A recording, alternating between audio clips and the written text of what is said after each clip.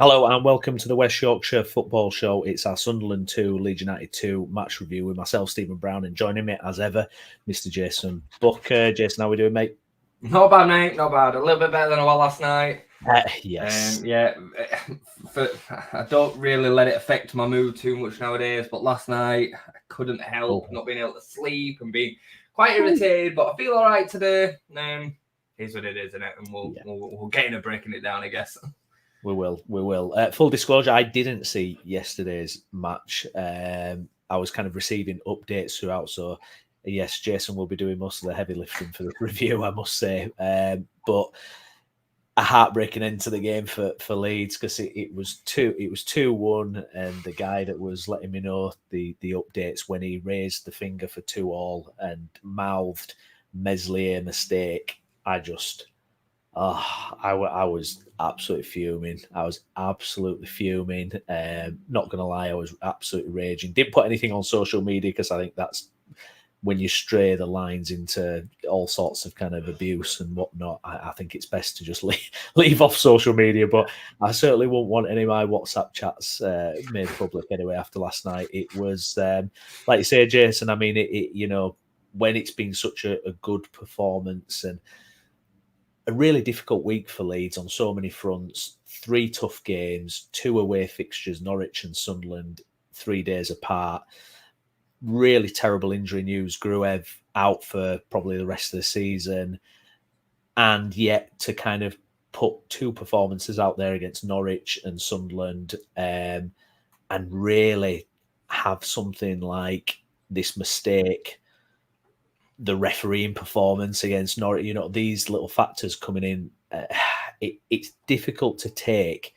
We do need perspective on it, though, that despite all that, we've looked really strong in these games and would have absolutely fully deserved to have walked away from this week with 9 points. So for me, there's definitely big positives. I said to you before we came on stream that I think I'm enjoying the team as a whole more than last season. I think the way we're being set up by Farker, the way that the players developed, Nonto obviously is becoming a bit of a star man, and Ramazan is fitting well, and Piro's on a hot streak. Things are coming together. I'm just concerned by the Leeds United curse, if I'm being completely honest. I feel it's hard to look at it sometimes and not think that, God, we are just cursed. That the amount of bad luck that Leeds United get, it's just absolutely unreal. And it does feel, I heard Browney on one Leeds fan channel earlier today saying the only thing that can stop Leeds United this season feels like Leeds United, missing chances. You can go back to the first day of the season. Yeah. Meslier against Portsmouth, that completely flipped that game on its head.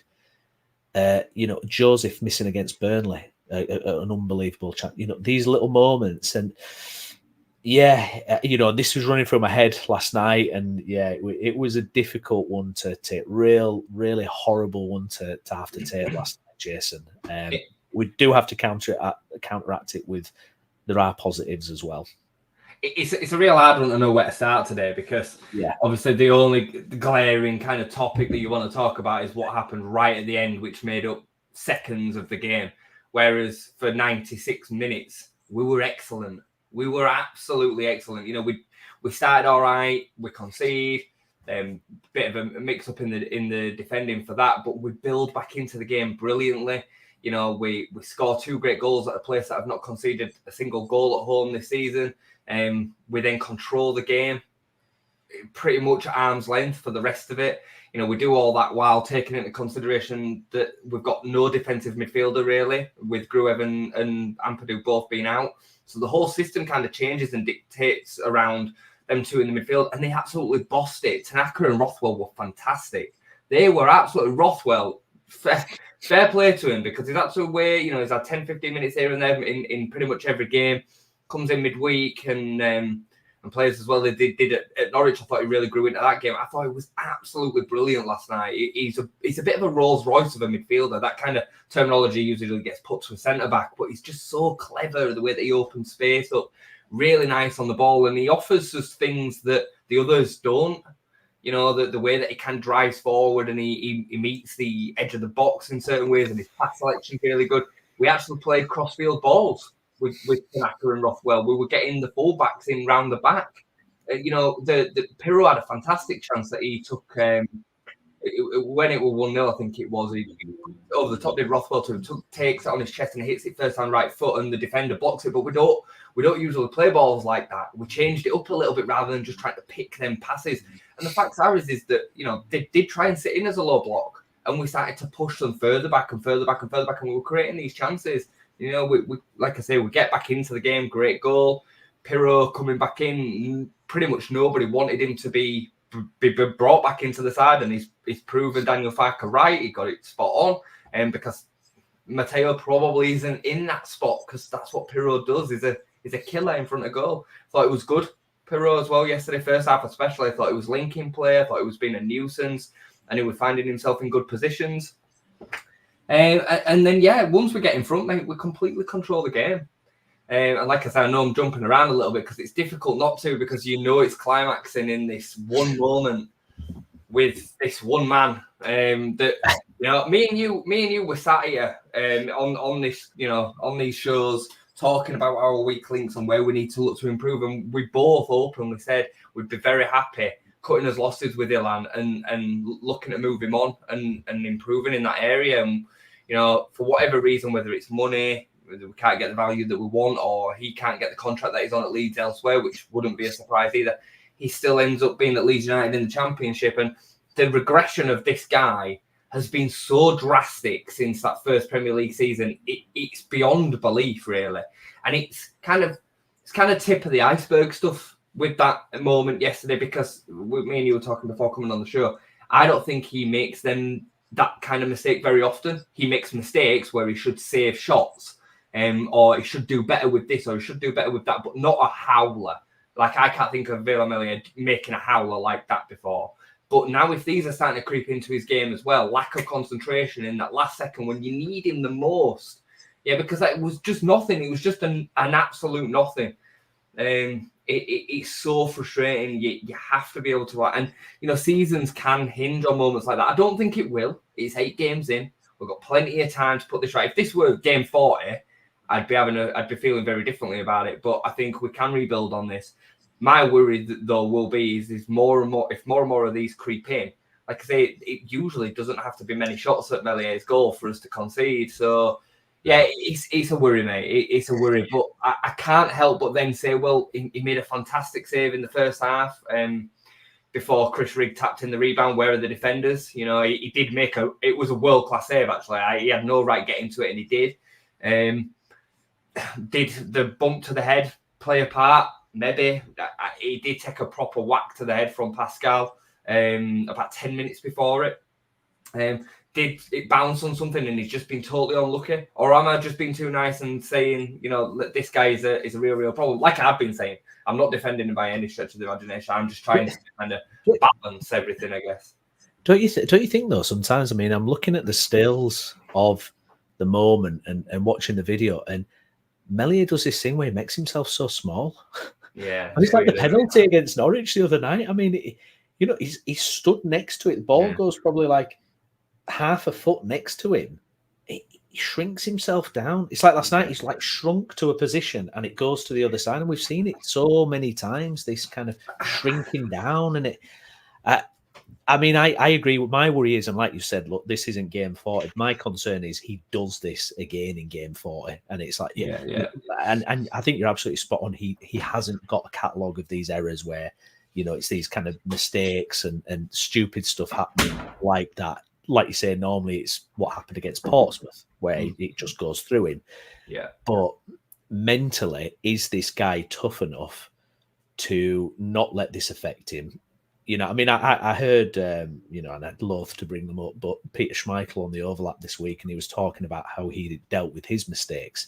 And he had that mentality where I've never made a mistake. Of course he has, but he was able to bury a mistake immediately and forget about it. I don't know if Ilan Melier is capable of that. I think that first season he broke through, you thought, wow, you've got a potential 50, 60 million pound keeper here. And the decline has just been absolutely extraordinary. And I think there's various reasons for that, but there's just so much to question about his game. You go back to the Norwich game and his distribution, spooning balls up into the air, putting us in danger.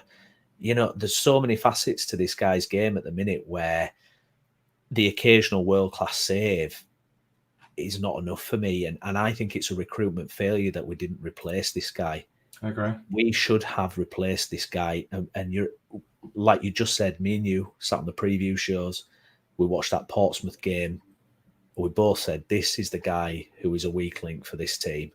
And he needed to be replaced. And it's a failure that we've not replaced him. The fact we've made him vice captain, the fact that we still seem to be backing this guy, I just don't understand. I don't understand. If we had a semi-decent keeper, if we had a keeper who, if you were looking at a league chart of keepers, if we had the 10th best keeper in the league, we would be absolutely fine and we would have more points. Jason, teams barely create chances against us. Yeah. We have, the lowest XG against us in the league, and yet we still concede goals. It's so frustrating because there's nothing else really in the team setup you can do. And I'm just worried that this is going to come up and bite us in the arse again at some point. This moment could easily happen again at some point in the future. And for a defence in front of him, if you don't have confidence in that guy between the sticks, it unnerves everything. It unsettles everything. Yeah, I agree. For me, I would just be pushing in January. Just me, I would be using some of that budget, and I would be going, okay, right, who's a mid-table, decent Championship keeper who's solid, can do the job? Right, how much do you want for him? 8 million, 9 million, 10 million, whatever. Get it done and just shore that position up.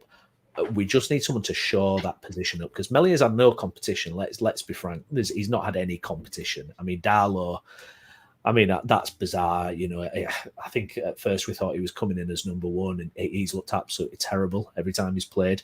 Yeah. I just think we have to put this right in January, because this is the type of thing, Jason, that can come and bite you in the ass. And it's frustrating because I felt with Meslier, you want this redemption arc for him. He was good in the playoff final last year. The playoff final last year, he was the one I was nervous about in that playoff final. Oh my God, I thought he would do this type of thing in the playoff final, and he didn't. He got through it, and you're thinking, okay, that's something to build on with Meslier. But this season, Jay, there's a catalogue of stuff from him already. Portsmouth, the penalty last night, his general distribution. It's too much. It's just too much. Yeah, his distribution last night was really poor again as well, and that'd be your argument for keeping him in the side, would be that his distribution's much better than Darlow's. I think the problem that we've got is right now he's still actually our best keeper. Like, I have no confidence that Darlow would come in and be better. You can't play that style, can you? No, you can't. Meslier has too much of the ball for Darlow to be the keeper. It's just as simple as that. He's a good backup and he's prepared to sit there and not play. But yeah, you can argue, along with the striker, the keeper is probably the most important player on the pitch. A lot of people will tell you that work within football, scouts and whatnot. They'll tell you that the keeper is actually the most important player on the pitch. You're right. He marshals the whole back line. The defence know, or should know, that if one does manage to get through them, he should have their back. But at this is not just at the moment. This has been going on now. Like some fans I've seen online saying, "Oh, he's made one mistake." No. This is not about one mistake. This is about, I would now say this is 4 years. We're into the 4th year of this. Premier League Season 2, Premier League Season 3, last season and this season. That's how it's been. Season 1 in the Premier League, it was fantastic. He was brilliant. But the regression since then, since he was put through what he was put through in that Season 1 of the Premier League, Season 2 of the Premier League, sorry. And I don't fully blame him for this. I blame the coaching staff, the recruitment, the defense was horrendous. He was having to face so many shots. So I don't fully blame, but it's like he cannot rebuild from that. we have not seen the same Meslier since. He makes, every now and again, he makes a fantastic save. He made a good save against Coventry last week. One that he should probably make from that distance, but he still makes it. The last time that he actually, I think, saved us points was Leicester last year. Yeah. At Leicester away, and that were 10, 15 games into the season.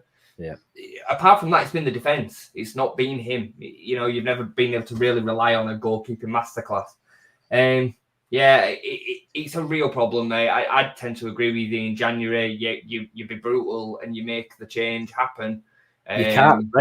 The thing is, Jason, you can't risk promotion to the Premier League on this guy. You can't have someone so vulnerable in net, because Leeds, we get enough bad luck as it is. We've got to try and shore up positions. So I think we have to do something in January. But I think it's just too. I think with the style and he knocks it around at the back. He's comfortable with the ball at his feet. I don't think they would do anything. And the thing is with Meslier now, probably for the next 10 games, it'll be fine, and nothing will happen. He won't really be tested, and suddenly you kind of think, oh well, maybe it's okay, but then the clanger, or then the mistake, or then a shot goes in that shouldn't, and you're back to square one. The thing is, I mean, this is the truth of the matter. It's probably not going to matter. And I'm just going to bring it back, because I am choosing to be as positive as I can be with what I've seen this week and even what happened last night. We are so far better than everybody else in this division.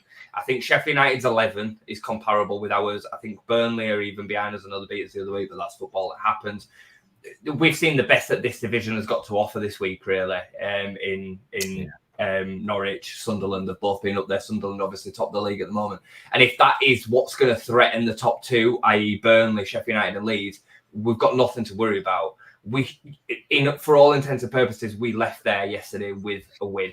I know we didn't leave with the 3 points, but we won that game. That's how I'm choosing to see it. That's what Daniel Farke will be saying to the players. Your performance and your ability has carried us through to being able to win that game. So I think as for Meslier as a whole, it probably won't cost us promotion on its own, because I've been quick to remind people, we dropped 2 points last night, but we also dropped 2 points because Brendan Aronson missed a sitter, and we also dropped a point or maybe even 3 points against Burnley because Manor Solomon slipped. You know what I mean? Like, that's football. Now, as long as these aren't happening every week and costing you points every week, which they probably won't, we have to remember, as I said earlier, that Meslier doesn't drop a clanger like that every week. We just need to hope that they don't start falling into the game every week. And I don't imagine that. The thing is, if that happens again against Sheffield United, as an example, he will be dropped. But I promise you now, that is not the solution that a lot of Leeds fans think that it is. Yeah, Carl Darlow's not the answer. I wanted a replacement keeper in the summer, but I didn't want it to be Carl Darlow. Ilhan Meslier is still the better option. So, I think we just have to take stock as much as we possibly can. Midweek was pretty good.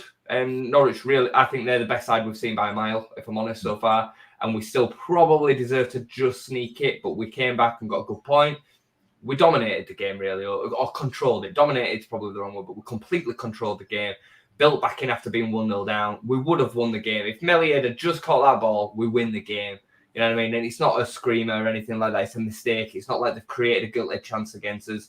If you want to take an even kind of nicer silver line into it, Pirro was slightly offside for the first. Not that makes it okay, but it was. The linesman could have called that instead of not, and the game's totally different. So again, you can choose how you see these kind of things, and I'm choosing to see the fact that we went up there with a depleted squad, brand new midfield, went a goal down, still came out of it with a 2-1 lead, and we would have left with 3 points had it not been for a 1 in a million howler.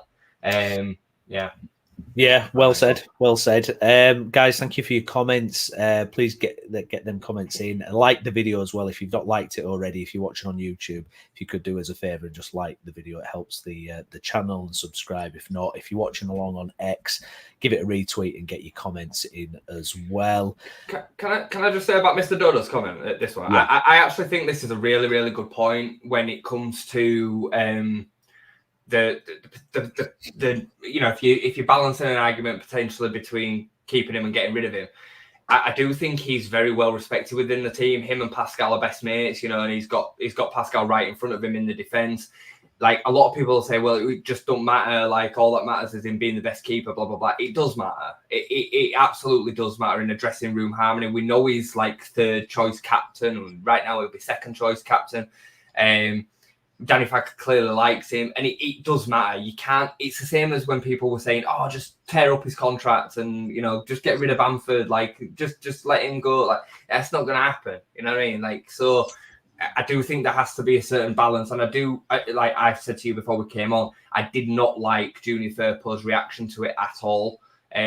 Regardless of us as fans saying, God, he's shit and we should get rid of him. And we can say whatever we want within reason. He's had some ridiculous threats online, which are just a joke.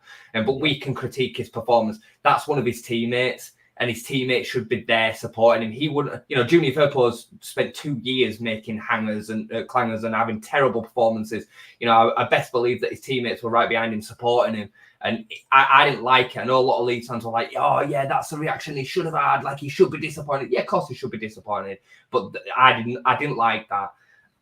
I didn't particularly like Mellier's laughing and joking with Regis Labrie to a point, but I also think it needs to be just chilled a little bit. This is an ex-manager that clearly came over to try and make him feel a bit better about what had happened. And he clearly made a bit of a joke that he then laughed at. He's a human being doing his job. He clearly was absolutely gutted. And I promise you, once he got back into that changing rooms, there'll have been some serious upset from all of them in there. So, yeah, I just wanted to kind of say that because I thought it was a good point on the back of those.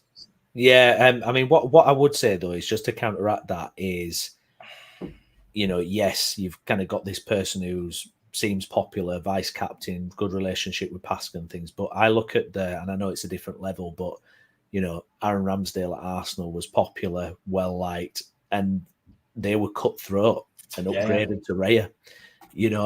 And I look at that and go, okay, you're best mates with Elan, and I don't care. We're going to get an upgrade.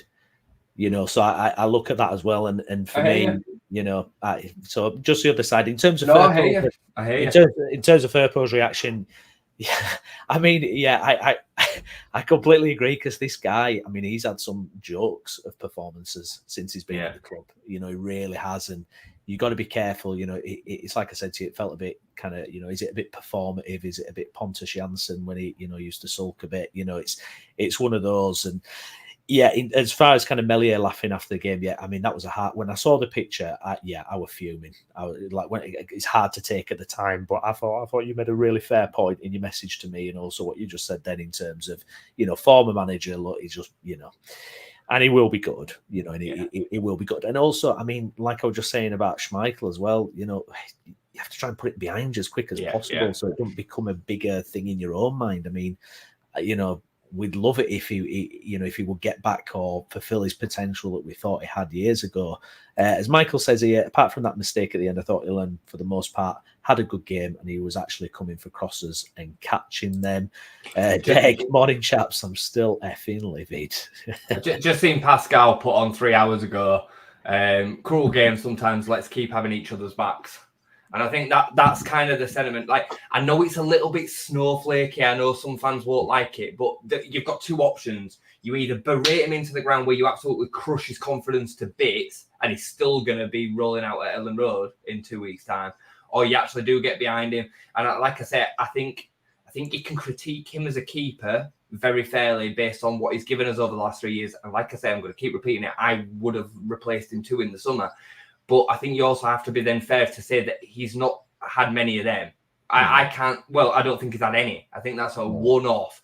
And you can kind of come up with excuses all you want. Was he a bit concussed? Was he this? Was he that? Did it hit something? It's a massive, massive mistake. But when a keeper makes a massive, massive mistake, it ends up with that usually.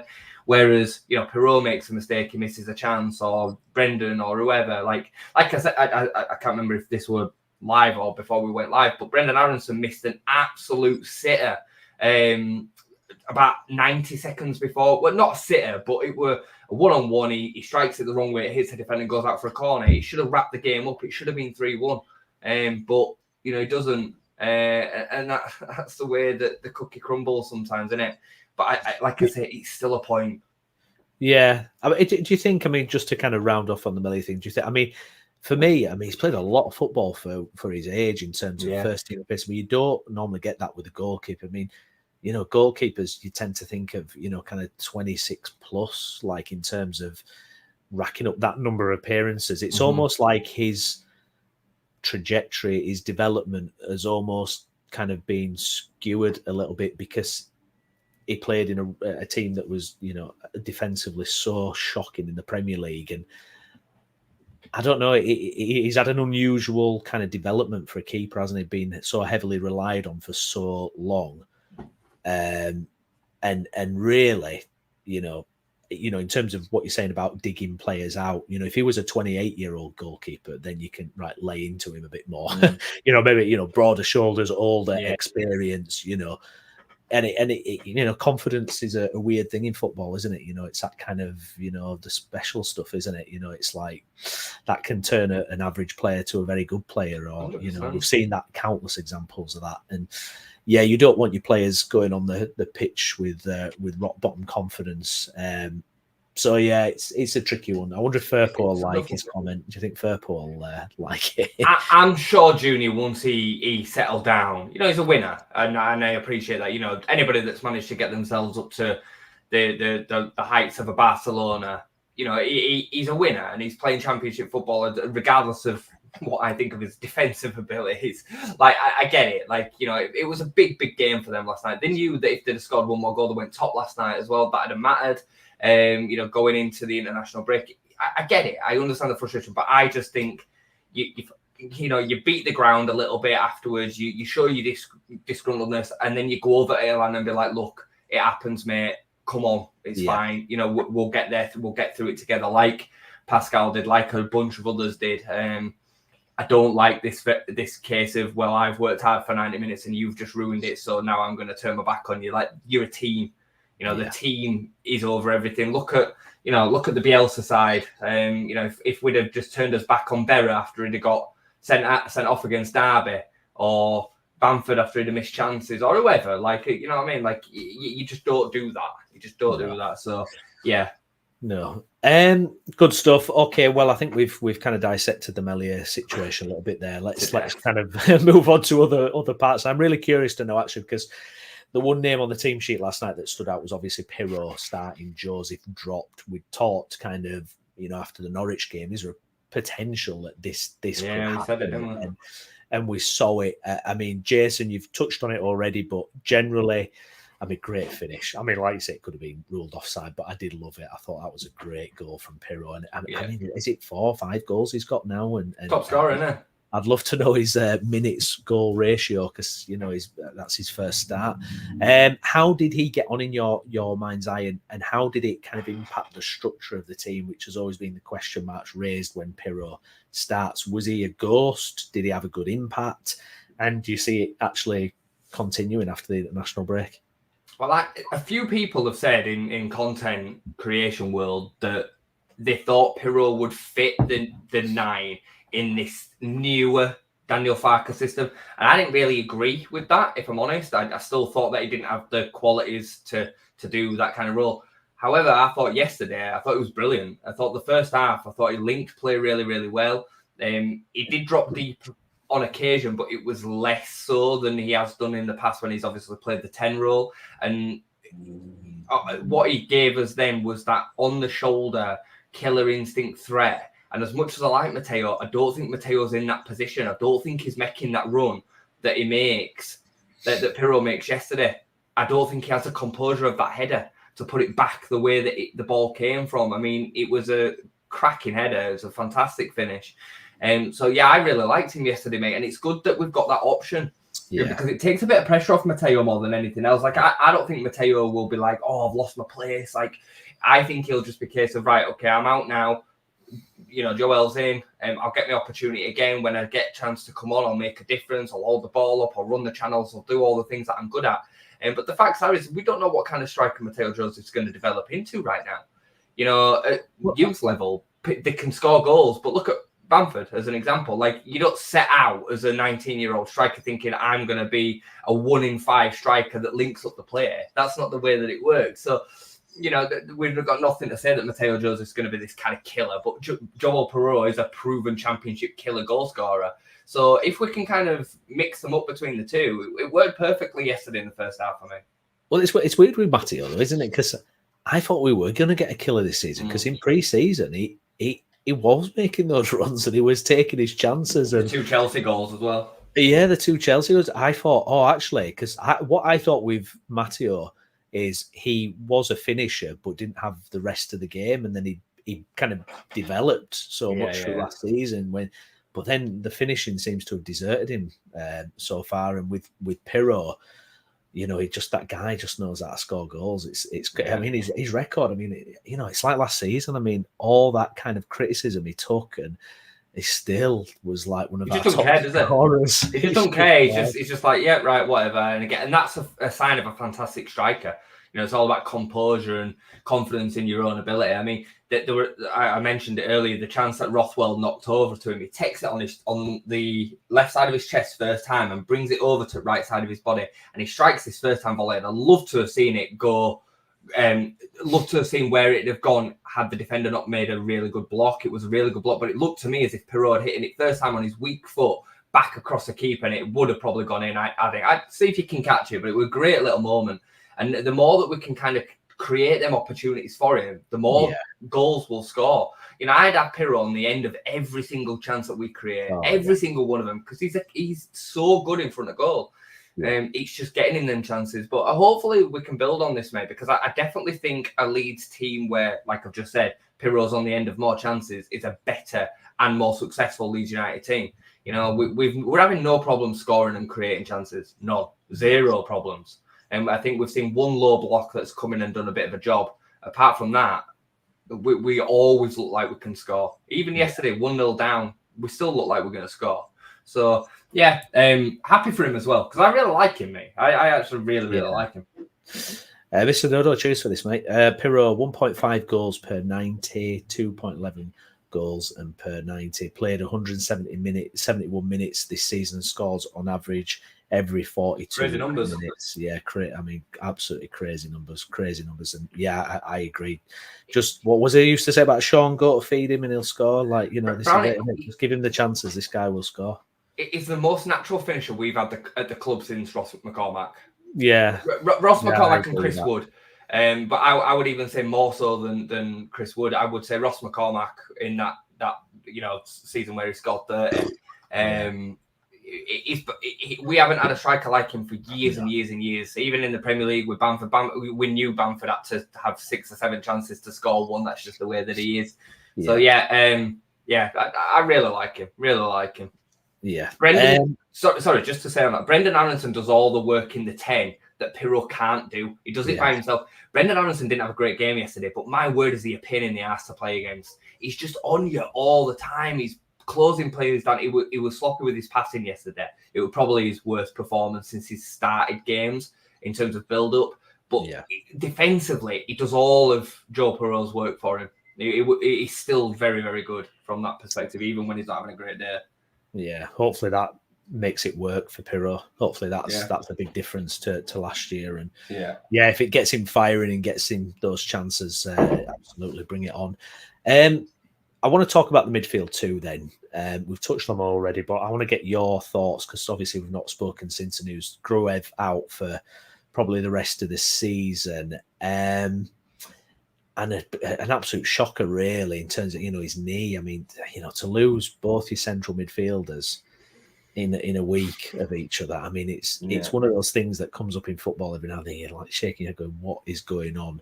Yeah. Just how good were you to hear about that? And then how have these boys, Rothwell, Tanaka, fit that role? Because from what I saw against Norwich, I really like it, and I almost feel like there's another dimension to them two playing that the previous pair didn't actually have. Yeah. No, I'm not saying I wanted them injured and out of the team or anything. I'd love to have them available, but there's something about Tanaka and Rothwell that, I don't know, it kind of dovetails really nicely. Yeah, no, I agree completely. I mean, first off, let's start by saying that in no way is this a recruitment team's fault. We cannot have recruited another first team quality centre midfielder that could have just sat as fifth choice. Like, it's just ridiculous. Anybody that's like, oh, we said we needed more bodies or whatever, you can make the argument about another centre back. I still think that's wrong. We have Verber and Ampadu who could do the job. I just don't agree with it. Clearly, they have some confidence in DeBayo and Crew to give us that fourth and fifth choice options in them two positions. Nothing can legislate for not just two injuries in the same position at the same time, but two long-term injuries in the same position at the same time. Because we could deal with this. If Ampadu were out for 2 weeks and Gruev were out for 6 months, fine, you get on with it. But because they're both going to be out for a sustained period of time, it's just unlucky. There's nothing you can do about it. Gutted to lose Gruev. I'm gutted to lose the control that them two give us. Because I do think defensively we are better with them two in there. That makes complete sense because they're both defensively minded.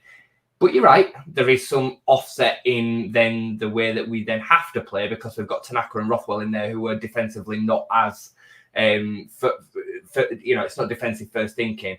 They are far more creative players, are far more, they're far better on the ball actually than either of Ethan and Gruev. So it changes the way that we need to play, and it could be a small silver lining in that it makes Farke have to say, well, this is what we've got. We can't rely on the control that we're going to create and the defensive stability that we're going to create with Gruev and Ampadu. We're going to have to go at teams more. It might make us more entertaining, but it also might mean that we end up getting less points. Because ultimately, the way that Daniel Farke's system works with Gruev and Ampadu as a double pivot, being more defensively minded, basically means teams just do not get chances against us. So you have to see that offset. I think it's a bit easy for fans to say right now, I prefer watching that. Well, do you prefer watching that and getting less points, or do you prefer watching the other, which might be a little bit more boring, but getting more points? So I see both sides of it. I think Tanaka's special. I've always said that since we signed him. I thought it was a fantastic signing. His reading of the plays, the time that he creates for himself, is just second to none at this level. I think he'll be a great signing for us. How did he hold up in the 90 minutes? Because he looked tired against Norwich, didn't he? But did he? Yeah. Like he kept his legs last night. He seemed fine. I don't think the game was quite as frenetic as midweek. That even though, especially second half, we spent long times without the ball. The Norwich game was very back and forward. It was blood and thunder, fast pace. Whereas this were a little bit more build up. So I think it was easier to probably get through 90 minutes in this than it was the 90 minutes in the Norwich game. But I thought, just coming back to the midfield pair, I thought Rothwell was absolutely excellent yesterday. He's kind of gone under the radar. I think a lot of people were just saying he's not played, so he mustn't be good enough. And we saw a different level of him. I know he's had a bit of conversation in our group chat, hasn't he? Chris was very openly just said he's not a very good player. I thought he was excellent yesterday. His reading of the game, the way that he opens his body up to find passes, is very, very clever. And he's also got an abundance of energy. We're about the pitch yesterday defensively was really good second half. Plugging little gaps up and nicking back in and winning the ball. Really impressed with him yesterday. Really, really impressed. And, as long as they stay fit, because that's the concern now, we're down to the two. If one of them gets an injury, Tanaka's got an 18,000-mile round trip to do now over the next 2 weeks.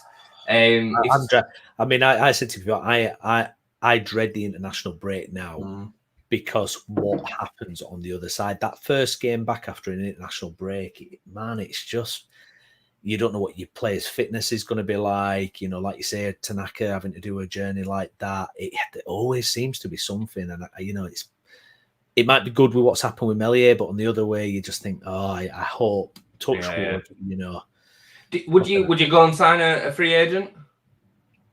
I think probably would, yeah, because Mike, I'll just get Michael's comment up here because it kind of touches, because he's saying, really, to avoid the injury to Grove and Ampadu, Farke should only be playing with one CM with Rothwell or Tanaka. He should only play two CM players in the tougher matches in the league. He's meaning DMs, isn't he? Defensive midfielders. risk wise, I mean, why not? I think, because obviously Charlie is next in line, but you're asking a lot. You're not really sure what you're going to get when he comes in. Could be another Archie, could be not. Do you just do it and say, look, deal to end at season with someone, like Byram coming in and did a solid job. Is that what we need to do? I mean, there's a couple in the market, isn't there? But the point I made after the Norwich game, I think it was that, De Bayo coming in and filling a hole is very different to Crew coming in and filling a hole. Playing centre-back in this system is very different to playing centre midfield. And, I mean, in general, it is anyway. But certainly as a youngster coming in, it's a lot to put on Charlie Crew. I mean, our midfield dictates pretty much the whole way that we play. It certainly did yesterday. Like I said, the boys were brilliant. So, yeah, I tend to agree with you. I mean, just to throw a name out there, I'd really like Kramer. He's played for Daniel Farke before. He's an ex-German international. He's a World Cup winner. He started the World Cup final in which he won. I think he got injured really early on in the World Cup final, if I remember rightly. I think that'd be a great kind of signing till the end of the season. The problem with signing anybody that's a free agent right now is it's probably going to take them 4 to 6 weeks to get up to speed. So you're going to be without them as well from being able to start games for a period of time. But I probably tend to agree with you that I would probably look at a short-term option for someone because... Tony Cruz, can we convince Tony Cruz to come out of retirement? Imagine. Yeah, imagine. That'd be nice, wouldn't it? Oh, I'd love that. So yeah, I mean, it leaves us in a bit of a hole there. But yeah, hopefully, I mean, as Michael's saying here, and this is, I mean, stuff like this is what is irritating. Tanaka will only have one training session coming back from it. I mean, it would have to be Sheffield United as the first game back as well, because I almost feel like there's a script already set for it. The fact that something will happen over the international break, or will not quite be at that level, and the Blades will, the Blunts will get something against us because it just. Well, they won't have had anybody away, will they? They won't have had anybody away either, Sheffield United. Whereas we've got several. Tanaka has got 2 World Cup qualifiers. They're not friendlies. They're 2 World Cup. Now, the lucky thing with Tanaka is that he might not play or he might not start because he's not first choice at the moment, which, fingers crossed, he actually doesn't play. Like, that'd be perfect for us. Or maybe gets 20 minutes or something. I mean, the thing is, you can't just walk around worried that players are going to get injured. Like, because otherwise we just walk. Like yesterday, we're funny, can I say that? And then yesterday, when we were about 5 minutes into the game, Pascal came flying into 3 challenges, and I'm like, oh my God, I'm still getting injured. Like, you know what I mean? Like, you're dreading it, aren't you? Then Tanaka went in on one, but you can't kind of like, a bit like you, because you said it, didn't you, about Ethan, should he have gone in on that tackle? I still would say yeah, every time, like, because you can't play to half measures. Worried about injuries. So yeah, tough one, mate. International breaks. Like I said, I'm kind of glad of it because of the Melier thing, but I think it's the best way that he could kind of get over this going into another game. I think another game in a few days' time would be dreadful for him. I think it's probably better that we kind of try and forget for a couple of weeks and then come back. So yeah, absolutely. What did you make of Nonto and Ramazani last night? Nonto was excellent. Nonto was absolutely excellent. I mean, he started the game on the right and he spent most of the game on the right, moved over to the left maybe for the last 20, 25 minutes, something like that. It was unplayable, mate. Absolutely unplayable. He had them in absolute knots. He was picking the ball up all over. He was driving past 2 or 3 players. I'd go as far as to say it was probably his best performance in a Leeds shirt. That's how good he was yesterday. He was absolutely fantastic. I think he got both assists as well. Yeah, he did. He definitely did because he laid on for Firpo as well. Intelligent, mature, was drawing fouls. I mean, at the beginning of the second half, I think he got 3 Sunderland players yellow carded within the space of 10 minutes because he was just driving past them on the counter and getting brought down. He was just getting on with it as well. He weren't being the petulant side of Willie Nonto that we've seen. I've got to give him his flowers. He was absolutely brilliant yesterday. Man of the match for me by a mile, closely followed by Rothwell and Joe Rodon. Yeah, brilliant. Ramazani actually had a quieter game. I didn't think he was brilliant yesterday. Bit wasteful in moments, 5 or a 6 out of 10 kind of performance. He was, I'm being harsh here, but he was probably the one off-ish performance on what we've seen, but he has he's got enough in the tank and in the bank, with us over his last few performances. So Ben said that he got for Firpos, didn't he? He kind of the way he kind of hung on to the ball and then just released it at the right time, didn't he? Was it Nonto who got the second assist? But like the earlier bit in the earlier bit, yes, he did. Yeah. For a small lad, he's really strong and he's got a really good hold-up play. So no, he's still had a fine game, mate. I'd have just liked to have seen a little bit more end product from him. But yeah, still great, mate. He's fun to watch, and he works so hard. Yeah. He's such an underrated quality, especially in an attacker where they get back and they get a foot in and they break up play. And there were a couple of times where he just made blocks that then took the ball out for a throw in and stopped Sunderland gaining momentum. Forgetting what happened in the last second of the game, the man management of the game in the second half through work rate, desire, plugging the gaps, and it went all across the pitch. Ramazani was a big part of that. He was still pressing the last man right up until him coming off. So no issues for any performances really yesterday. Like I say, Jayden Bogle, excellent again. Had probably their biggest threat on his side, that Dungle. Good, really good, mate. Any impact from the subs? I mean, obviously it was a little bit more of a limited bench last night. I know Schmidt got on. I mean, I don't know if that was a really late sub. Did we get a good look at him at all? Yeah, it came on for one of the wingers. I think it might have been Nonto that it came on for. And he played basically as a defensive winger. Looked all right. He had one really good moment. The moment where he put Brendan Aronson through was from Schmidt's assist. It was nice on the counter. Didn't get to see much more from him though than that. Byram came on too late to make any sort of impression. I think he came on and we conceded pretty much straight away. And Matteo didn't really have much time to do anything either, but he pressed and harried. But yeah, there wasn't really much that I can say because they weren't on long enough and in the position that we're in to then affect the game in the way that they wanted to. So yeah, we desperately need a midfielder that can kind of come on and give some fresh legs to that area of the pitch, really. Because that again, looking at Crew, you can't bring on Charlie Crew last night for Tanaka or Rothwell. That'd have just been unfair. So, yeah. Michael raised a good point here. Hopefully, Dan James and Solomon will strengthen the attacking options after the international break, as they should be back from injury. Yeah, I mean, it's a funny one, isn't it? It's kind of Dan James feels like forgotten man at so far. He's not played earlier. Solomon, he needs to, get his availability back up, doesn't he? Otherwise, it's going to be tarnished with this injury-prone kind of thing. I mean, it's great, when he's looking fantastic when you're playing, but we need availability, we need options wide, don't we? We need, like last night, I mean, we saw Gellert, who was, when he came on against Norwich, it's just pointless. We need impact, don't we? We need, you need to be able to write, okay, Ramazani off, Solomon on, or Jan James, you need it, don't you? Really? Of course you do. But you're not always going to have it. Of course, you're not always going to have those available options. But it'd be nice for the majority of the season if we can have that. I've been a big backer of Solomon, but there is absolutely no better attribute than availability. Yeah. It is Junior Firpo's kind of a prime example of that. Since he's been playing, he's managed to get himself into a point where he's now one of his key players. So. But you can't. It doesn't matter how good you are if you're not available through injury. It just doesn't mean anything, does it? So, 100%, mate, 100%. Dan James and Willie Nonto both last season had like little niggly injuries on and off all season, which kind of hampered us being able to have both options. Dan James last night would have made a massive difference because even if he didn't start, to come on for that last 20 minutes when we were struggling with his pace, his energy, his determination, the counter attacks that he'd have given us. We'd have likely killed the game off. Because as Ramazani started to get tired, we didn't really have that raw pace to stretch the game.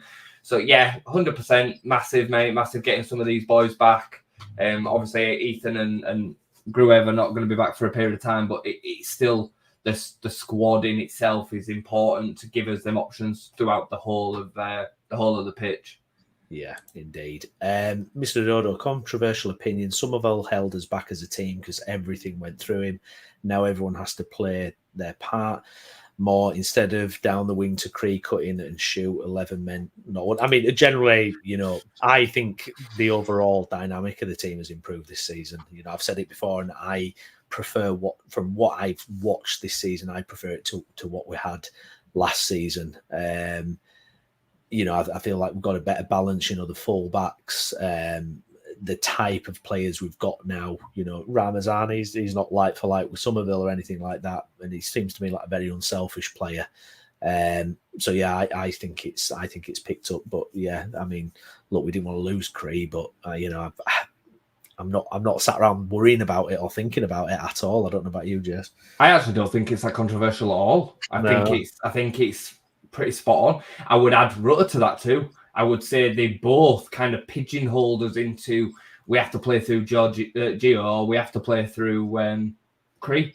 Kind of force the ball to them and stuff will happen. So I completely and utterly agree with Dodo in that it's it's nice to see the whole pitch being used. It's nice to see people taking the impetus and actually making things happen. I'd say earlier on in the season it felt very forced down the left side. I'd say for the last 3 games, that's been completely the opposite. We've seen Jayden Bogle heavily involved down that right-hand side. We've seen whoever's playing in front of him, Nonto Ramazani, switching down that right-hand side, being able to get past the wingers and get involved. I think the style of football has improved immeasurably from last season. I think we're so much more fun to watch. And most of the time, we've had a complete control over the game as well. So, yeah, I'm right behind Daniel Farke. I know some people still won't want to hear it. There'll still be some people that managed to blame him for last night. We were excellent. There's 2 teams playing a game of football. Sunderland are trying to win the game as well. And we completely, not dominated, but we completely controlled the game at our pace for 80% of the game away at the Stadium of Light. And we should have been leaving with 3 points. We all know what happened. So, yeah, like I say, mate, I'm completely happy with the style and the kind of balance that the team feels to have. With far more balance than last season. Far more balance. No, I agree. Skip, not sure why, but recently we're seeing fans saying that if we don't go up this season, it's not a huge problem. I 100% disagree. We have to go up this season. The one thing I would say is because I think the business was so smart this summer. I mean, if we don't go up this season and next season, we know what happens with the parachute payments and probably the wage bill has to reduce.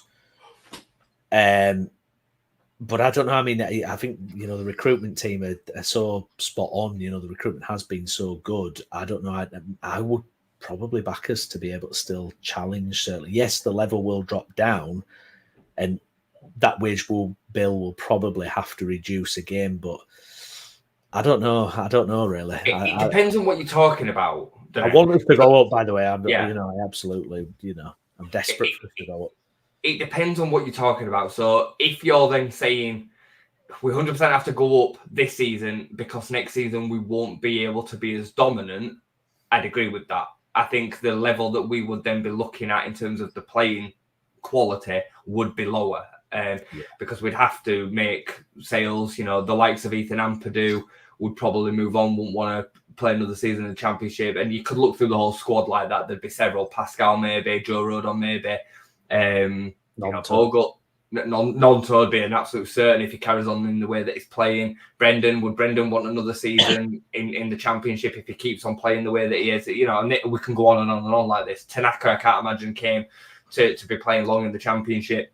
Yeah. So yeah, I can totally and utterly understand it from that perspective. But I kind of lean towards agreeing with you that we would recruit again and go again. The 49ers need us in the Premier League. They need us in the Premier League. So they would have to make some changes to try and adapt that and look at the ways that they could do that. But all that said, I still tend to lean on Skip's angle of we need to go up this year, really. Because what happens then is we'd end up further and further behind because let's say we don't go up and then we go up next season. The gap between us going up then and the teams that we would hopefully be replacing that are going to have to, finish in the bottom 3 for us to stay up is going to be bigger in another year's time than it would be if we went up this season. I would be really worried that we would be able to even stay up. Look at Ipswich, Southampton, Leicester. They've played 18 games between them, not won a single game. they are miles off it. And Leicester and Southampton are actually pretty well established still. They've only spent a season out of the division. Leicester have got a Premier League side, really. So, they're miles off it. They're almost certainly them three are going to come back down. I think Leicester will probably stand a chance. Ipswich and Southampton, I think, are dead. I think they're done. Ipswich might be able to carry some of this momentum for a bit. I don't know. But I just don't see them winning games. I don't see them winning enough points. Luton did it at the beginning of last season, where their momentum and Kenilworth Road and all that kind of thing made them play all right at times and get some unusual points. But they still finished miles behind, really, didn't they? Yeah. So, I just don't see it, mate. Funny, actually, it reminded me because there's an Ipswich fan and he's appeared on this channel, actually, last season. And I saw him tweeting about that game last night. And he said the gift that keeps on giving or something about Leeds. I'm like, you haven't even won a game yet in the Premier League. Yeah, you just focus on yourself. You've not even won a game in the Premier League. Why are you so? I mean, I know it was this massive victory that they got promoted ahead of us, and they want to rub it in our faces. But you just get yourself sorted in the Premier League, and great. Kieran McKenna, I think he's absolutely fantastic. KP looks revitalised, and but we had a genius in charge who kept us up the first season, and then it fell away. So the Premier League's brutal. The Premier League's absolutely brutal. I said it to several Ipswich fans, like, look, well done, but let me tell you, the journey is far nicer than the destination. And I want to be in the Premier League too. And I would swap places with Southampton tomorrow if you offered it to me. I would. But I actually think that this season is going to be more fun for us than what Southampton and Ipswich are going to have to live with. And Leicester. I mean, the style, they already want Cooper sacked, don't they? Like, they hate the style of play over there. So, but the facts are is that that's what you need to do if you're going to hope to get points in the Premier League. They might be lucky because there's some serious dross down at the bottom again. Everton are so miles off it. Crystal Palace have not got started. Wolves are all over the place. I mean, I cannot believe that Wolves side is bottom of the league. Anyway, we're talking Premier League. So I just, bringing it back to the point, I still want to see us. If we're going to move into this 50,000 seat stadium and, have that kind of future that we want, we need to get back there as soon as possible. So we're as best place as possible to stay in the league, because that's as important as actually getting there. Because getting there without staying there is pointless. You know what I mean? Well, I feel as well, and I've had this feeling since we got relegated, that we had this amazing, exciting journey to the Premier League already. I'm almost like, I don't care about the journey now. I want us to be at the destination. Yeah. Because we did the journey and it was amazing. It was special. Like, if we got promoted this season, I would celebrate it for about 5 minutes, and then I would be like, right, what are we doing? What we're doing to stay in the Premier League. Whereas before it was like the entire summer, I was just like, we're back. It was like an amazing. It's what Ipswich fans will be feeling this year. But now it's like, right, okay, what are we going to do now to establish ourselves in the Premier League? That was celebrating in lockdown, that wasn't it, Browney? Like, exactly. Yeah, it was a strange old time, definitely. But for me, get back to the Premier League as soon as possible, and just shore it up. But even if we don't, I would like to think we'll still be competitive in the Championship for a few more seasons. I know there was something said, one of the financial kind of journalist expert guru guys was like, Leeds are going to be in real dire straits if it's a third season in the Championship. But I mean, like, Jesus hell, I mean, we made 120 million sales this summer. Do you know what I mean? I don't think anyone would have predicted that, really. But the thing to remember with this is financial fair play and the rules, and being imploding because we've not got money. Oh, yeah, we're very different. Rich, aren't we? So, we're cash rich. So there's no monetary issues within Leeds United now. It's not like 20 years ago when we went to League One and didn't have a pot to piss in. No. It's against breaking the rules. There might come a time where the 49ers have to say, right, okay, we're into year 3 of this now. Let's say we don't go up. We're into year 3. We're going to have to take it on the chin that we're going to get a 5-point deduction. So what we're going to do is we're just going to blow the load, and we're just going to send it all. You might actually see more spending than ever, because I think, well, sorry, we need to go up anyway. So, you know what I mean? So next year, wouldn't it? I mean, it would be desperate, wouldn't it? If it gets to a third season, we're not back up with this ownership group. It would with the 49ers. Ambition and plans. I mean, it might be just, right, sod this. Yeah. Just could be. Blow the budget. I honestly believe that they're close to it.